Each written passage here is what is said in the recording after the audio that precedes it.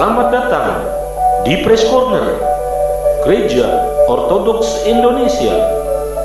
Kami akan menjawab pertanyaan-pertanyaan Anda seputar iman Kristen bersama Romo Daniel Biantoro, Ketua Umum dan Pendiri Gereja Ortodoks Indonesia. Atas nama Bapa dan Putra dan Roh Kudus, amin. Shalom Aleichem bersama Mesias, Kristus Anesti, Alitos Anesti. Kristus telah bangkit, benar Dia telah bangkit. Saudara selamat bertemu kembali dengan saya, Romo Daniel Biantoro. Kita akan melanjutkan acara kita, yaitu menjawab pertanyaan-pertanyaan saudara yang telah sampai kepada kami. Tapi sebelum itu saya ingin memberikan pemberian tahu. Kami dari Padepokan Dharma Tuhu menerbitkan renungan harian yang berisi ajaran-ajaran Kristus secara singkat. Namanya Embun Surgawi. Ini isinya sangat penting karena ini akan membicarakan yang bulan apa, dalam bulan itu apa yang dirayakan. Ini kan bulan Mei. Kita akan merayakan kebangkitan Kristus. Nah, ini pembahasan ini sekitar kebangkitan Kristus dan maknanya dan bacaan-bacaan yang digunakan dalam masa itu di dalam gereja. Nah, isinya macam-macam di sini. Ini penulisnya ada beberapa romo, ada beberapa orang yang yang merasa terbeban juga untuk menyampaikan firman Tuhan. Saudara bisa beli ini baik satuan begini atau beli dengan jumlah banyak untuk dibagikan pada teman-teman. Saudara bisa menghubungi Ibu Theodora di nomor telepon ini 0812 8959 8565. Saya ulang kembali 0812 8959 8565. Terima kasih. Dan jangan lupa untuk subscribe sebelum kita lanjutkan acara kita. Untuk klik like-nya di situ dan klik tanda lonceng serta share kepada sebanyak teman yang saudara inginkan supaya mendapatkan berkat pengajaran dari video kita ini. Baik, pertanyaannya sekarang berasal dari saudari Lili Eka. Saudari Lili Eka menanyakan, Romo, saya ingin bertanya apakah Tartarus dalam Alkitab adalah tempat yang sama dengan Tartarus tempat tinggal Dewa Hades? Terima kasih, GBU. Saudara Lili Eka, karena Alkitab Perjanjian Baru itu ditulis di dalam bahasa Yunani. Dan di dalam bahasa Yunani itu, di belakangnya ada budaya-budaya mitologi. Sehingga bahasanya, ya, tidak mungkin tidak mempunyai latar belakang kebudayaan Yunani ini. Nah, oleh karena itu para penulis Perjanjian Baru itu akan menggunakan bahasa-bahasa yang digunakan oleh orang Yunani, yang mungkin di dalam budaya Yunani itu maknanya berbeda, tetapi mirip dengan konsep Injil, sehingga itu boleh digunakan. Betul, kata Hades atau Hadis dalam bahasa Yunaninya, dalam ucapan orang yang Yunaninya, itu memang berasal dari mitologi Yunani, yang memang itu Tartarus atau Hades itu memang itulah tempat untuk orang-orang mati yang berada dalam tawanan dewa kematian Hades ini. Tetapi di dalam pengertian Kristen, karena kekristenan itu tidak mengikuti mitologi, hanya kata-katanya digunakan. Bahkan Perjanjian Lama pun kata jahanam menjadi neraka jahanam itu asalnya berasal dari Gehinom, lembah Hinnom. Lembah Hinnom itu ada di Yerusalem, sekarang masih ada itu lembah itu, ya. Dan di lembah Hinnom itu dulu digunakan untuk menyembah dewa Molok. Di dalam penyembahan dewa Molok itu ada korban bayi dikorbankan di situ, orang binatang dikorbankan di situ, dan itu juga untuk pembuangan sampah. Sehingga tempat itu ada nyalanya terus. Nah, Kristus menggunakan istilah Gehinom ini bukan mengatakan seperti Sarsio mengatakan itu kan hanya sekedar tempat pembuangan sampah. Oh, bukan itu. Dia menggunakan istilah itu bukan tempat buang sampahnya, tapi analoginya bahwa ada api yang menyala-menyala. Neraka itu begitu kan, orang tidak tahu neraka, maka digunakanlah istilah Gehinom yang tadinya adalah tempat pembuangan sampah itu, akhirnya diucapkan menjadi bahasa Yunani Gehenna, diucapkan menjadi bahasa Arab Jahanam. Dan akhirnya untuk istilah teknis bagi neraka.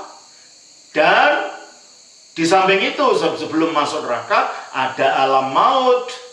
Alam maut itulah yang akhirnya digunakan dengan istilah Hades. Yang itu terjemahan dari bahasa Ibrani Sheol. Sheol itu tempat tinggal orang mati. Jadi meskipun kata Hades itu di dalam kebudayaan Yunani itu artinya dewa orang mati, akhirnya itu digunakan untuk maksud yang berbeda. Soalnya kalau menggunakan bahasa Ibrani kepada orang Yunani, mereka tidak ngerti, maka digunakanlah bahasa budaya mereka dengan isi yang berbeda. Ya kayak di Indonesia lah. Sebelum nenek moyang kita memeluk agama Hindu dulu, yang disembah adalah roro nenek moyang yang disebut Hyang. Baik di Sunda, baik di Jawa, baik di Bali, di Madura, bahkan di Kalimantan, Sang Hyang. Sang Hyang itu adalah dianggap sebagai nenek moyang yang akhirnya ketika agama Hindu datang, dan nenek moyang pada zaman purba itu disamakan sebagai nenek moyang yang menjaga sungai, nenek moyang yang menjaga api, dan macam-macam. Sehingga ketika agama Hindu datang, dan mereka punya dewa-dewa yang masing-masing punya tugasnya sendiri-sendiri. Ada dewa api, dinamakan Brahma. Akhirnya ditambah oleh orang nenek moyang itu Sang Hyang Brahma. Padahal orang India tidak tahu kata Sang Hyang itu apa. Itu kata-katanya orang Indonesia. Tapi kata-kata untuk yang ilahi, sehingga akhirnya nama-nama dewa India itu ditambah dengan nama-nama sebutan untuk yang ilahi di Indonesia. Sang Hyang Brahma, Sang Hyang Indra, Sang Hyang apa, dan akhirnya yang tertinggi adalah Sang Hyang Widiwasa. Orang India tidak tahu itu Sang Hyang Widiwasa. Itu adalah sebutan untuk orang di Indonesia, untuk yang maha tinggi itu. Tapi isinya jadi beda gitu loh. Jadi kata-kata digunakan, kata-kata budaya, tetapi diisi dengan makna yang baru. Demikianlah dengan Hades, demikianlah dengan Tartarus. Biar Tartarus itu dunia bawah tanah, tempat disiksanya orang-orang yang jahat, tapi akhirnya itu mirip dengan alam penantian bagi orang-orang yang tidak diselamatkan. Maka kata-kata itulah yang digunakan, dan itu digunakan dalam 1 Petrus pasalnya yang kita lihat dalam 1 Petrus pasal yang kedua, ya. Di dalam bahasa Indonesia diterjemahkan neraka, tapi itu bukan neraka. Neraka itu bisa kolasis dalam bahasa Yunaninya, bisa Gehenna tadi, ya. Ini yang digunakan adalah Tartarus. Coba kita baca di dalam 2 Petrus pasalnya yang kedua, ayat yang keempat. Igar otheos, jikalau Allah, angelon amartisandon, uk efesato, jikalau Allah tidak menyayangkan malaikat yang berdosa, ya.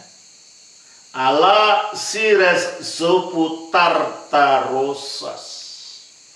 Di sini kata-kata itu muncul kata Tartarusas yang dalam terjemahan bahasa Indonesia disebut neraka. Tartarus bukan neraka, belum neraka, tempat penantian. Ya, jadi saudara kalau ditanyakan Dari mana kata? Apakah itu diambil dari apa? Mana tadi pertanyaannya? Romo, saya ingin bertanya, apakah Tartarus dalam Alkitab adalah tempat yang sama dengan Tartarus tempat tinggal Dewa Hades? Pertanyaannya, kata-katanya memang diambil dari itu, tapi maknanya beda. Maknanya beda karena maknanya digunakan untuk mengekspresikan ajaran Injil. Jadi itulah saudara Ika yang dapat saya jawab. Semoga ini bermanfaat dan Tuhan berkati. Dalam Bapa, Putra, Roh Kudus. Amin. Bila Anda memerlukan pelayanan lebih lanjut, dapat menghubungi parokia-parokia di bawah ini.